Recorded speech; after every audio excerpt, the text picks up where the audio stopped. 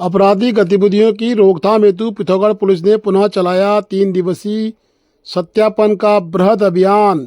कुल 124 बाहरी व्यक्ति ऑब्लिक किराएदारों का किया सत्यापन तथा स्वयं के किराएदारों का सत्यापन न कराने वाले 10 भवन स्वामियों का भी किया चालान।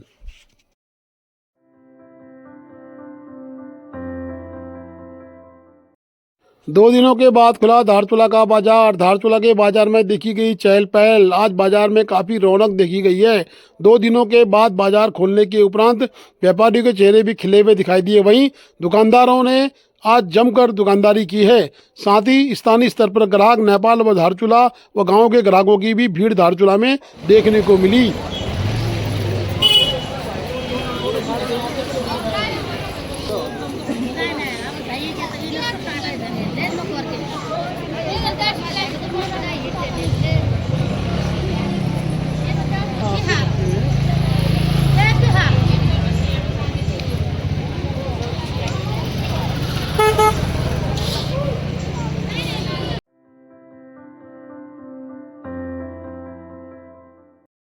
धारचूला जैसी घटनाओं को रोकने के लिए इनर लाइन लाने की मांग प्रबल हो चुकी है।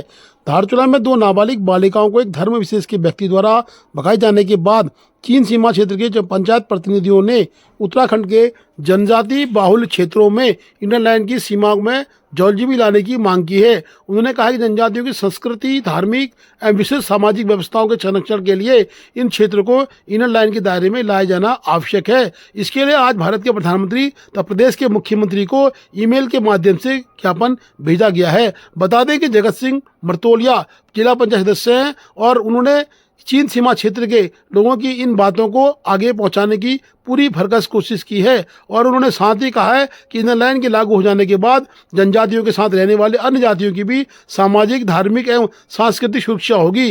यह सीमांत के लिए और देश के लिए बहुत आवश्यक है। उन्होंने कहा कि हर घटना के बाद कांग्रेस और भाजपा के नेता आंदोलन का दिखावा कर सीमांत की जनता को बेवकूफ़ बना रहे हैं। इसलिए अब सीमांत की जनता को साथ लेकर इनर लाइन के लिए निर्णायक संघर्ष करने की तैयारी चल रही है।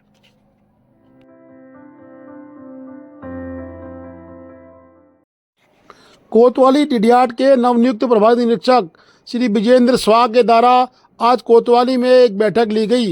इस बैठक में आगामी लोकसभा निर्वाचन के दृष्टिगत टिडियाट क्षेत्र अंतर्गत अवैध मादक पदार्थों की बिक्री, तस्करी, शांति व्यवस्था भंग करने वालों पर कड़ी निगरानी रखते हुए उनके विरुद्ध उचित वैधानिक कार्रवाई, साथ ही बाहरी व्यक्तियों के सत्यापन की भी बात कही गई है।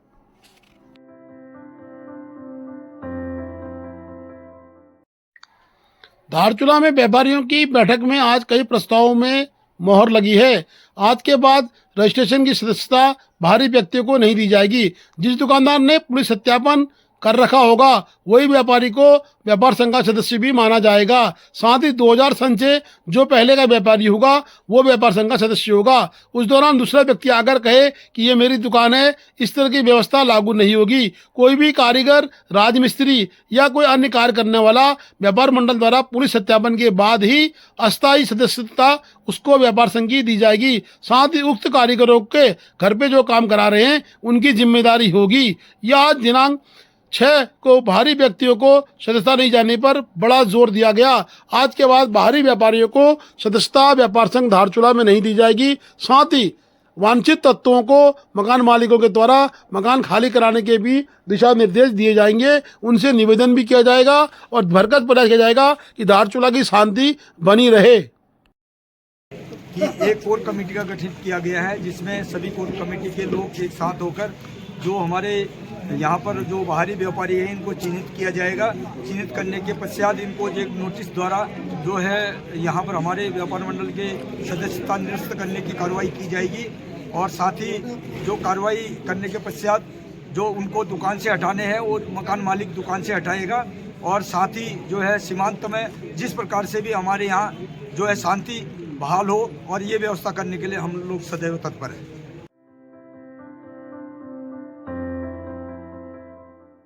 धारचूला में आपदा प्रभावित आज मिले उप जिला मजिस्ट्रेट धारचूला से तहसील धारचूला पहुंचकर उन्होंने अपनी आप ही बीती रखी। उन्होंने कहा कि पूर्व में हमें बगीचा में स्थान दिया जा रहा था और उस स्थान को समतलीकरण करके देने की बात हुई थी, परंतु आज हमसे कहा जा रहा है कि आप समतलीकरण खुद करें। अगर हमारे पास इतना पैसा होता तो हम कहीं ना कहीं जमीन खरीद के व्यवस्था कर लेते।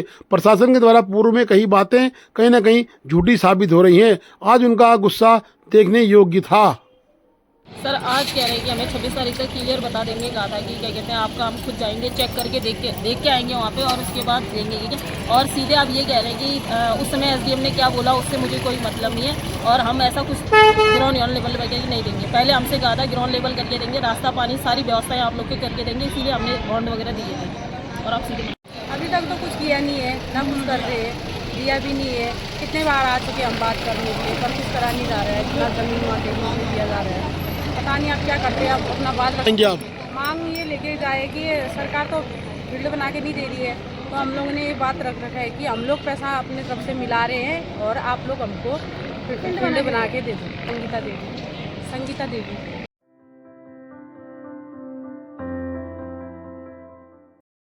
एसएसबी हेतु ग्राम गरब्यांग की भूमि के अधिग्रहण किए जाने से पूर्व प्रभावित भूस्वामियों द्वारा ग्राम गरब्यांग की भूमि के स्थल निरीक्षण के लिए आज उपजिलाधिकारी को एक ज्ञापन दिया।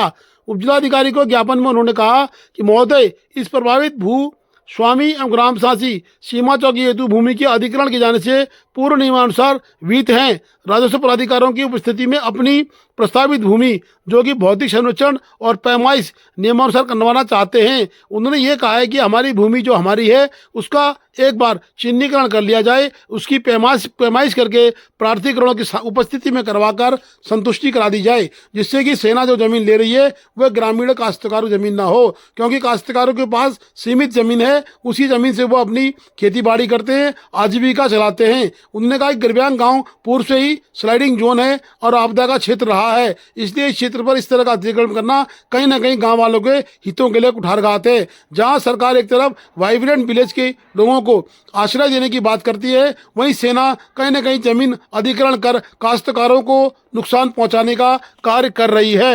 लोग अगर उसमें 50% लोग कंपनसेशन नहीं लेंगे, भूमि देने पे सहमत है नहीं है, इस नोटिस का मतलब ही यही होता है। उन्होंने कहा कि एचएम साहब यहाँ से आदेश हो जाएगा तो हम जाने पूरा रिकॉर्ड लेके जाएंगे। हम जो है ग्राम गरब्यांग पूर्णतः है जो है घसान में है। अब पूरा गरब्यांग गाँव जो 250 परिवार के हैं वो काला पानी में शिफ्ट होना चाह रहे हैं। वर्तमान में हमको नोटिस मिला है, गांव वाले पूर्णतः इसके खिलाफ हैं। आप जो अवैध रूप से जो आईडीबी और एसएसबी ने ऑक्यूपाई किया है उसके खिलाफ हम जो है क्या नाम आपकी दर्ज करने जा रहे हैं।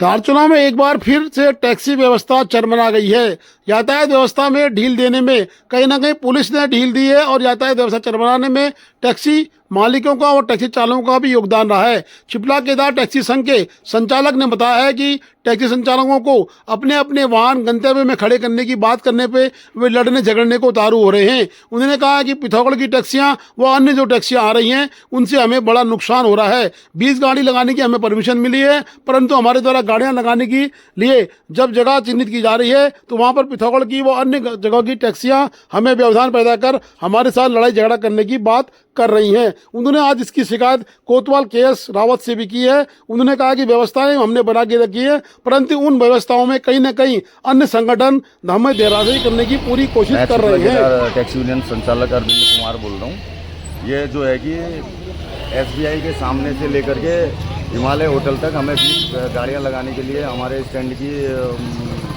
क्लियरिटी हुई है शासन प्रशासन से, लेकिन मेरी 20 गाड़ियाँ नहीं लग पाती हैं। अभी आप देख सकते हैं कि हल्द्वानी की गाड़ियाँ भी लगी हुई हैं, प्यास लाइन की कुछ गाड़ियाँ लगी हुई हैं और प्राइवेट कारें भी लगी हुई हैं और पिथौरागढ़ की गाड़ियाँ भी लगी हुई हैं, जिनसे व्यवस्था पूरी ख़राब हो रही है और चिपला केदार टैक्सी यूनियन को बेफजूल बदनाम किया जा रहा है। इसलिए जो है कि मेरा सभी लोगों से निवेदन भी है, अपनी अपनी गाड़ियों को अपने अपने गंतव्य जहाँ जहाँ के लिए स्टैंड वितरित किए हुए हैं वहाँ पे लगाएं और शासन प्रशासन और पिथौरागढ़ की गाड़ियाँ भी हटाई जाएं, वो गरखाल इमटॉप होटल से आगे लगाने की व्यवस्था की जाए। उन्हीं गाड़ियों से पूरी व्यवस्था खराब हो रही है और चिपला केदार टैक्स यूनियन का नाम लेकर बदनाम किया जाता है।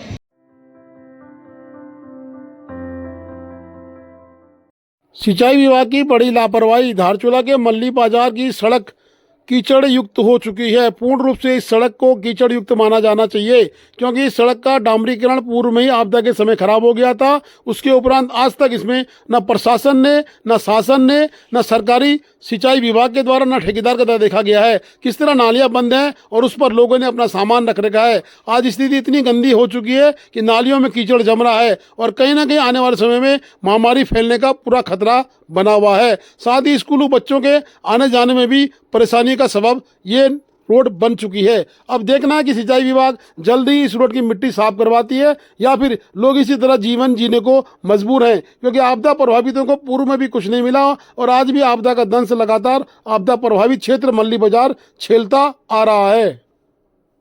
इसको सफाई होना चाहिए। इसका कब से हो रहा है? ये क्या हो रहा है? ये हो रहा है कि लगभग बारिश नाली का पानी भी इसी में आ रहा है और इसमें गड्ढे बने हैं और इसकी सफाई होनी चाहिए।